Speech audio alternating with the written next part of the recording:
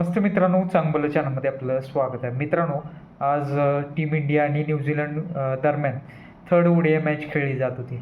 अ, ही series डिसायडर match होती आणि या मॅचमध्ये जो जिंकेल तो सीरीज जिंकणार होता. आणि आत्तापर्यंत न्यूझीलंडने टीम इंडियामध्ये येऊन इंडियाला कधीच सीरीजमध्ये हरवलं नव्हतं. वन डे सीरीजमध्ये टेस्टमध्ये त्यांनी पराक्रम केलेलाच आहे. आणि त्यावेळेस कोचसुद्धा आपले गौतम गंभीर कोचच होते, म्हणजे सर्वांचे लाडके गंभीर दादा. आणि आत्तापर्यंत जेवढे जेवढे कोचिंगमध्ये मॅचेस खेळलेले आहेत सगळ्या सिरीजमध्ये भारत हरतोय की काय असं झालं आहे. कारण गौतम गंभीरच्या कोचिंगमध्ये न्यूझीलंड विरुद्ध टेस्ट मॅचमध्ये पण टीम इंडियाने 3-0 व्हाईट वॉश केलेला न्यूझीलंडने टीम इंडियामध्ये येऊन. त्यानंतर आफ्रिकेविरुद्ध 2-0 टीम इंडिया हरली. ऑस्ट्रेलियाविरुद्ध 2-1 टीम इंडिया हरली. तर नेमकं काय चाललं आहे, कोचिंगमध्ये काय बिघाड आहे का नेमकं काय चाललं आहे, कन्व्हर्जेशन कसं आहे प्लेयर्सशी ते काय समजत नाही. नेमकं चुकतं आहे कुठं, का प्लेयर चूज करताना चुकतं आहे. कारण जडेजा फॉर्ममध्ये नसताना त्याला टीममध्ये घेणं, अक्षर पटेलसारखं एक चांगला खेळाडू बाहेर बसवून ठेवणं, नितीश रेड्डी ऑलराऊंडर नसून त्याला ऑलराऊंडर म्हणून टीम इंडियामध्ये घेणं, त्याला बॉलिंग आजच्या मॅचमध्ये तर बॉलिंग दिली नाही, तर आधीच्या 4 मॅचमध्ये त्याला फक्त 8च ओव्हर दिलेला. आज एका मॅचमध्येच त्याला 8 ओव्हर भेटले. तर आजची मॅच कशा पद्धतीने झाली ते आपण या व्हिडिओमध्ये पाहणार आहोत. तर आज पहिल्यांदा शुभमन गिलने टॉस जिंकून आज बॉलिंग करण्याचा निर्णय घेतला. टीम इंडियाच्या फॅन्सला असं वाटत होतं की आता टॉस जिंकला म्हटल्यावर मॅच पण जिंकेल, पण न्यूझीलंड अशी टीम आहे ती काय करेल काय सांगू शकत नाही. कारण न्यूझीलंड ही त्यांच्या कोर टीमसोबत नव्हती, म्हणजे त्यांचे कुठलेच महत्त्वाचे प्लेयर असे नव्हते की ते खेळत होते मॅचमध्ये. त्यांचे बेंच प्लेयर्स सर्व खेळत होते आणि त्यांनी टीम इंडियाला हरवलं आहे आज. त्यांनी पहिली बॅटिंग करताना 337 धावांचा मोठा डोंगर केला आणि त्यामध्ये मिचेलनं मागच्या मॅचमध्ये पण सेंचुरी मारलेली आणि या मॅचमध्ये पण त्याने जबरदस्त खेळी करत सेंचुरी मारली. मिचेलनं एवढा जबरदस्त खेळतो टीम इंडियाविरुद्ध की काय त्याला बोलायलाच नको. त्यानंतर फिलिप्सनं पण एक जबरदस्त सेंचुरी मारली आहे. त्या दोघांच्या जबरदस्त खेळमुळे न्यूझीलंडनं 338 धावांचा डोंगर उभारला. त्यानंतर टीम इंडियाचं बॉलिंगबद्दल बोलायचं म्हटलं तर टीम इंडियाचे कुठलेच बॉलर आता चालत नाही आहेत. कारण मोहम्मद शमीसारखा जो सिनियर मोस्ट बॉलर आहे, जो डोमेस्टिकमध्ये चांगला खेळतो आहे, ज्यानं भरपूर काळ गाजवून ठेवला आहे त्या बॉलरने, तर त्याला तुम्ही बाहेर बसवता. त्या कुठंतरी सिनियर प्लेअरची रिस्पेक्ट ठेवली पाहिजे आणि त्याला त्या पद्धतीनेच वागवला पाहिजे. त्याला टीम इंडियामध्ये कुठंतरी आत्ता सिरीजमध्ये त्याला स्थान द्यायला पाहिजे होतं. 2027ला तुमचा वर्ल्ड कप आहे, कुठेतरी महत्त्वाच्या प्लेयर्सला टीम इंडियामध्ये घेतलं पाहिजे. आजच्या मॅचमध्ये तुम्ही प्रसिद्ध कृष्णाला बाहेर बसवलं आणि अर्शदीप सिंगला घेतलं.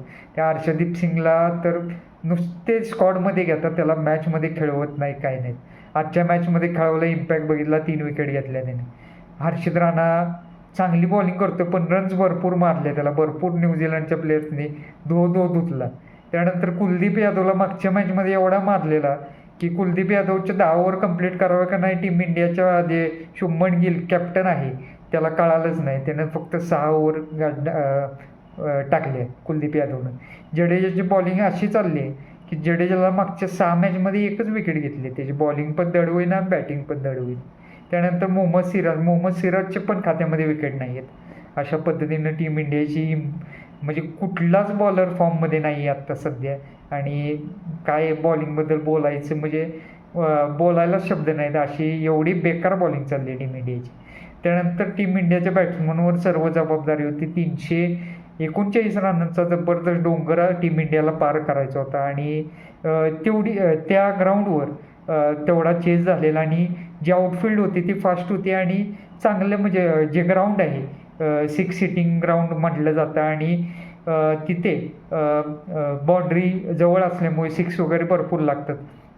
परंतु टीम इंडियाची बॅटिंग ज्यावेळेस आली त्यावेळेस रोहित शर्माची विकेट लगेच पडली. शुभमन गिलकडनं आज तर अपेक्षा होत्या कुठंतरी प्रेशर मॅचमध्ये शुभमन गिल खेळेल आणि दाखवून देईल की आपल्यात पण क्षमता आहे, परंतु शुभमन गिल आज पण फेल झाला आणि त्याच्याकडून भरपूर अपेक्षा टीम इंडियाचे जे ऑडियन्स झाले, प्रेक्षक झाले, जे क्रिकेटप्रेमी आहेत टीम इंडियाचे, त्यांनी भरपूर अपेक्षा धरलेल्या, परंतु तो पण आजसुद्धा अयशस्वी ठरला.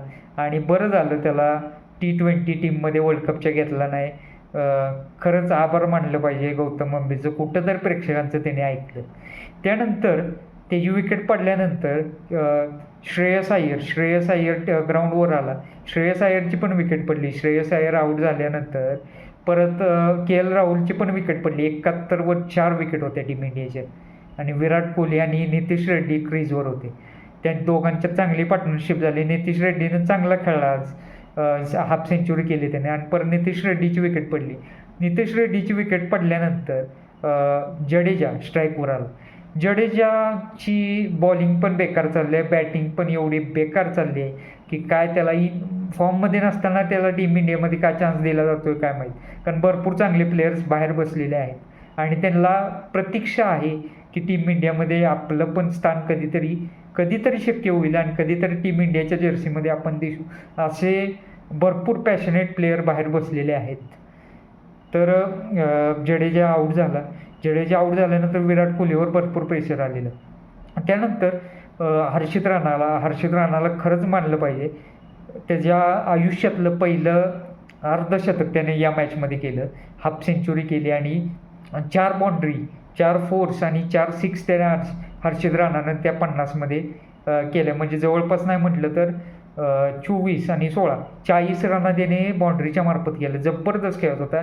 आणि विराट कोहलीला एक पार्टनर हवा होता. म्हणजे एवढा मोठा चेस करायचं मध्ये शक्य नाही. 99 रनची चांगली पार्टनरशिप खेळली दोघांनी. आणि विराट कोहलीला एक सपोर्ट हवा होता, तो झाला. आणि कुठंतरी टीम इंडियाच्या प्रेक्षकांना वाटत होती आत्ता कुठंतरी मॅच आपली जिंकणार टीम इंडिया आणि काहीतरी दोघं करून दाखवणार. पण तेवढ्यात 2 सिक्स मारलेले आणि बाहेरून मेसेज आला, ध्रुव जुरेल आलेला आणि त्यानं काहीतरी कानात सांगितलं हर्षित राणा. त्यानं विराट कोहलीला काही सांगितलं नाही. गौतम गंभीरनंच आणि सिद्धार्थ शुक्लानंच काहीतरी सांगितलं असेल बाहेरून की काहीतरी मेसेज पाठवा त्याला की अशा पद्धतीने खेळ, तशा पद्धतीने खेळ. परंतु त्यानंतर एक 6 मारला, पुन्हा एकदा 6 मारला आणि परत 6 मारायला गेला ते आऊट झाला. त्याच्या पद्धतीनं त्या पद्धतीनं खेळतोय त्याला त्याच पद्धतीनं खेळून द्यायला पाहिजे होतं. तो बॉलर आहे, बॅट्समन नव्हे. आणि आता कुठंतरी चांगली खेळ करत होता आणि विराट कोहली आणि त्यांचं चांगलं बॉन्डिंग चाललेलं, कॉर्डिनेशन चाललेलं, चांगली पार्टनरशिप चाललेली. बाहेरून कुठलाही मेसेज देण्याची कोणतीही गरज नव्हती.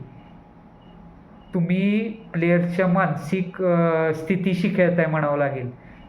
त्या प्रेशरमध्ये असतात तेवढंच बाहेरून सांगणं जातं काहीतरी वेगळं. कारण त्यामध्ये प्लेयर त्याची जी इनिंग्स खेळत असतो ते विसरून दुसरंच काय ते भलतं करायचं. तसंच झालं हर्षित राणाचं. कारण 6 मारलेला त्या ओव्हरमध्ये. कुठं तर स्ट्राईक रोटेट करून विराट कोहलीला बॅटिंग करायला संधी दिली असती तर पार्टनरशिप शेवटपर्यंत झाली असती तर टीम इंडिया मॅच जिंकली असती. कारण फक्त 41 रनांनी टीम इंडिया मॅच हारली. हर्षित राणाची विकेट पडली. त्यानंतर विराट कोहली आणि स्ट्राईकवर होता मोहम्मद सिराज पहिल्याच बॉलवर आऊट झाला. वाईड बॉल खेळायला गेला आणि तो विकेटकीपरकडे कॅच आऊट झाला. भरपूर टेन्शन आलेलं सर्व प्रेक्षकांमध्ये. त्यानंतर कुलदीप यादव आला. कुलदीप यादव आत्तापर्यंत लिस्ट ए करिअरमध्ये चांगला फलंदाज म्हणून मानला जातो बॉलिंगसोबतच. आणि त्यानं 4 पण मारला. विराट कोहलीला कुठेतरी कॉन्फिडन्स आलेला, परंतु एवढा म्हणावा असा कॉन्फिडन्स नव्हता. कारण 2-3 रन त्याने असंच सोडल्या विराट कोहलीनं. त्यानंतर विराट कोहलीनं 2 बाउंड्री मारलेलं त्या ओव्हरमध्ये, दुसऱ्या ओव्हरमध्ये. आणि 6 मारायला गेला कारण रिक्वायर्ड रन रेट वाढत चाललेला. ते एकट्यावर जबाबदारी होती. परंतु 6 मारायला गेला आणि तेवढ्यात तो विराट कोहली आऊट झाला. आणि तिथं समजलं की ही सिरीज आपल्या हातातून गेलेली आहे. त्यानंतर विराट कोहली आऊट झाल्यानंतर क्रीजवर होते कुलदीप यादव आणि हर्षदीप सिंगनं पहिल्या बॉलवर बाउंड्री मारली. परंतु कुलदीप यादव रनआउट झाला आणि टीम इंडियाच्या जे प्लेयर झाले त्यांनी जल्लोष करायला सुरुवात झालेली. तर भरपूर काही या सिरीजमध्ये पाहायला भेटलं. विराट कोहलीचा जबरदस्त फॉर्म, बाकीच्या प्लेयर्सचं एक म्हणजे एकदम बेकार खेळणं आणि टीम इंडियाला पुन्हा एकदा हार सोसावी लागते. हार म्हणजे एक जिव्हारी लागणारी हार आहे. कारण टीम इंडियाचे जे प्रेक्षक आहेत त्यांना वाटत असतं टीम इंडियानं कुठंतरी चांगलं करावं आणि भरपूर अपेक्षा असते टीम इंडियाच्या प्लेयर्सकडून. पण कुठंतरी ही हार पचवली जात नाही आहे. तर आपल्या प्रतिक्रिया काय आहेत नक्कीच कमेंटद्वारे कळवा आणि आपल्याला काय वाटते कशामुळे हार झाली ते सुद्धा कळवा. धन्यवाद.